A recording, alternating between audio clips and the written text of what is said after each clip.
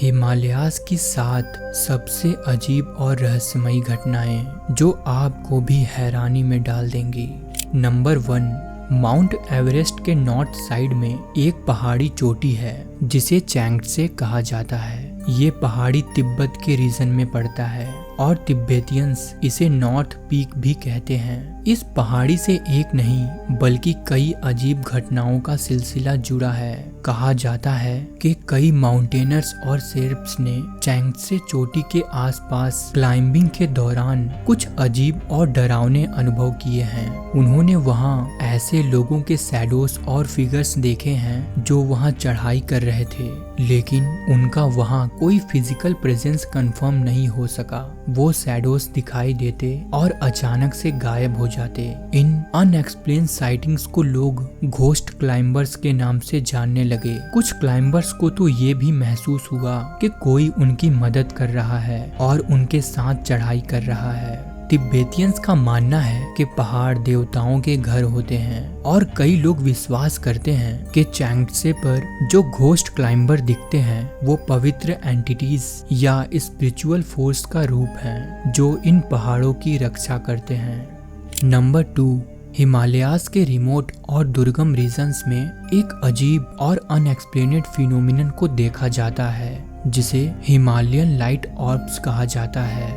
ये glowing orbs या रोशनी के गोले अक्सर रात के समय या अर्ली मॉर्निंग में दिखाई देते हैं। वहाँ के लोकल्स के अलावा कई माउंटेनर्स और ट्रैकर्स ने भी इस फिनोमिनन को देखने का दावा किया है। इस फिनोमिनन को अलग अलग जगह पर अलग अलग नामों से जाना जाता है, लेकिन इसमें सबसे अजीब बात यह है कि इसका एग्जैक्ट ओरिजिन और नेचर अब तक समझा नहीं जा सका है। हिमालयाज़ के आसपास रहने वाले लोगों का मानना है कि ये लाइट ऑर्ब्स सुपर नेचुरल या स्पिरिचुअल एंटिटीज का प्रतीक हैं। कई जगहों पर इन्हें डिवाइन लाइट्स भी कहा जाता है जो देवताओं या आत्मिक शक्तियों का रूप होती हैं। लोकल ट्रेडिशन में इन रोशनियों को पवित्र माना जाता है और ये कहा जाता है कि इन लाइट्स का दिखना कोई बड़ा संदेश या किसी अनहोनी का संकेत है। खैर, ये तो लोगों की सिर्फ मान्यताएं हैं। असल में उन लाइट्स का दिखना क्या है, इसे साइंस भी आज तक एक्सप्लेन नहीं कर सका है। नंबर 3, हिमालयाज़ रीजन में एक मिथिकल क्रिएचर की कहानी बहुत पुरानी और मशहूर है जिसे यति या हिम मानव कहा जाता है। यति को अक्सर एक बड़े भालू या बंदर के जैसे दिखने वाला प्राणी के रूप में डिस्क्राइब किया जाता है। कई माउंटेनर्स और एडवेंचरर्स ने यति के फुटप्रिंट्स और स्ट्रेंज मूवमेंट को रिपोर्ट किया है। 1951 में ब्रिटिश माउंटेनर एरिक शिप्टन ने लार्ज ह्यूमनॉइड फुटप्रिंट्स के फोटोज क्लिक किए थे जो माउंट एवरेस्ट के पास के रीजन में देखे गए थे। ये इमेजेस यति के एग्जिस्टेंस का सबसे बड़ा एविडेंस माना जाता है। तिब्बत के लोग सदियों से यति के बारे में बातें करते आए हैं। तिब्बतियन कल्चर में यति को एक प्रोटेक्टिव स्पिरिट माना जाता है। बुद्धिस्ट मॉन्क्स बिलीव करते हैं कि यति हिमालय के पवित्र एरियाज का गार्डियन है। उनका मानना है कि यति एक डिवाइन क्रिएचर है जो नेचर और वाइल्ड लाइफ के बैलेंस को मेंटेन करता है। यति को लेकर कई साइटिंग्स के रिपोर्ट आते रहते हैं, लेकिन अब तक कोई सॉलिड एविडेंस नहीं मिल सका है जो यति के एग्जिस्टेंस को कंफर्म कर सके। नंबर 4, उत्तराखंड की नंदा देवी पर्वत जो कि भारत की दूसरी सबसे ऊंची चोटी है। वहाँ के लोकल्स इसे हिमालयाज़ की एक पवित्र देवी मानते हैं। साल 1965 में CIA और इंडियन इंटेलिजेंस ब्यूरो ने नंदा देवी पर एक सीक्रेट मिशन प्लान किया था। कोल्ड वॉर के दौरान CIA ने चाइना के न्यूक्लियर टेस्ट को मॉनिटर करने के लिए एक nuclear power device Nanda Devi पर इंस्टॉल करने का फैसला किया। इस डिवाइस को एक वेदर मॉनिटरिंग इक्विपमेंट के रूप में प्रेजेंट किया गया था, लेकिन इसका असल काम चाइना के न्यूक्लियर एक्टिविटीज का पता लगाना था। जब इंजीनियर्स नंदा देवी पर उस डिवाइस को लेकर गए तो वो एक भयंकर तूफान में फंस गए और डिवाइस को वहां पर इंस्टॉल नहीं कर पाए। एक्सट्रीम वेदर के कारण उन्हें डिवाइस को वहीं छोड़कर वापस लौटना पड़ा। लेकिन बाद में जब टीम वापस वहां गई तो उन्हें वो डिवाइस वहां से गायब मिला। वो डिवाइस एक प्लूटोनियम पावर्ड जनरेटर था जिसमें रेडियो एक्टिव मटेरियल्स थे जो हिमालयास के इकोसिस्टम को खतरनाक नुकसान पहुंचा सकते थे। उस डिवाइस को ढूंढने की काफी कोशिश की गई लेकिन उसका पता आज तक नहीं चल सका। बाद में नंदा देवी के आसपास कई मिस्टीरियस एक्सीडेंट्स और माउंटेनर्स की डेथ होने लगी। वहां के लोकल्स का मानना है कि ये न्यूक्लियर एक्सपेरिमेंट और इक्विपमेंट को पवित्र नंदा देवी पर ले जाने से देवी नाराज हो गई और ये अननेचुरल डेथ्स और एक्सीडेंट्स नंदा देवी का श्राप है, क्योंकि लोगों ने इसके बाद कई बड़े बड़े नेचुरल क्लाइमेट्स को भी फेस किया था जिससे उनकी ये बिलीव और भी स्ट्रॉन्ग हो गई थी।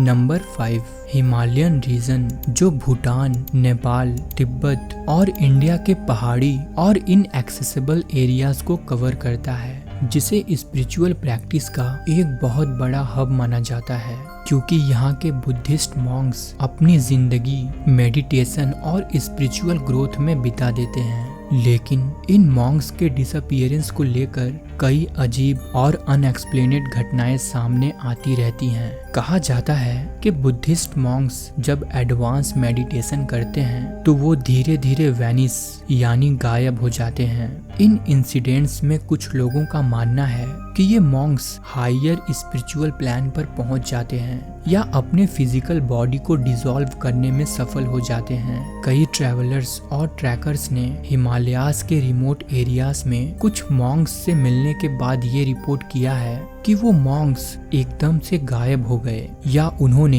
एक ऐसी अलौकिक शक्ति का अनुभव किया जो समझ से परे थी। ये सुनने में अजीब लग सकता है, लेकिन कई बार इन रिपोर्ट्स को सुपर नेचुरल एनकाउंटर्स के रूप में देखा जाता है, जिसमें लोग मानते हैं कि ये मॉन्क्स अपनी हायर स्पिरिचुअल स्टेट की वजह से किसी और डायमेंशन में चले जाते हैं। नंबर 6, 1942 में एक ब्रिटिश फॉरेस्ट गार्ड ने उत्तराखंड की पहाड़ियों में एक अजीब से लेक को फाइंड किया, क्योंकि वो लेक पानी के साथ ह्यूमन स्केलेटन से भरा हुआ था। उस लेक में 500 से भी ज्यादा लोगों के स्केलेटन्स थे और वो पूरी तरह से प्रिजर्व थे। किसी लेक में इतने ज्यादा स्केलेटन्स का मिलना हैरानी की बात थी। जब उन स्केलेटन्स पर स्टडी की गई तो कुछ और हैरान कर देने वाले फैक्टर्स सामने आए।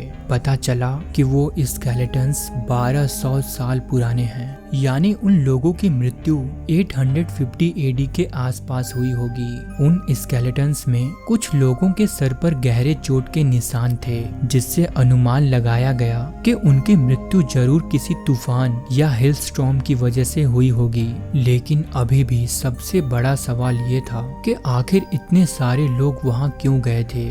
जब उनके डीएनए टेस्ट हुए तो ये सवाल और भी ज्यादा उलझ गया। पता चला कि वो 2 अलग अलग ग्रुप्स के थे। उनमें से कुछ लोग जेनेटिकली साउथ एशिया से थे और बाकी के लोग मेडिटेरियन रीजन के थे। चौंकाने वाली बात थी कि बिल्कुल अलग अलग कल्चर और इतने ज्यादा डिस्टेंस पे रहने वाले लोग एक साथ वहाँ क्यों थे। ये कुछ ऐसे सवाल थे जिनका जवाब आज तक नहीं मिल सका है। लोग उस लेक को स्केलेटन लेक और रूपकुंड झील के नाम से जानते हैं।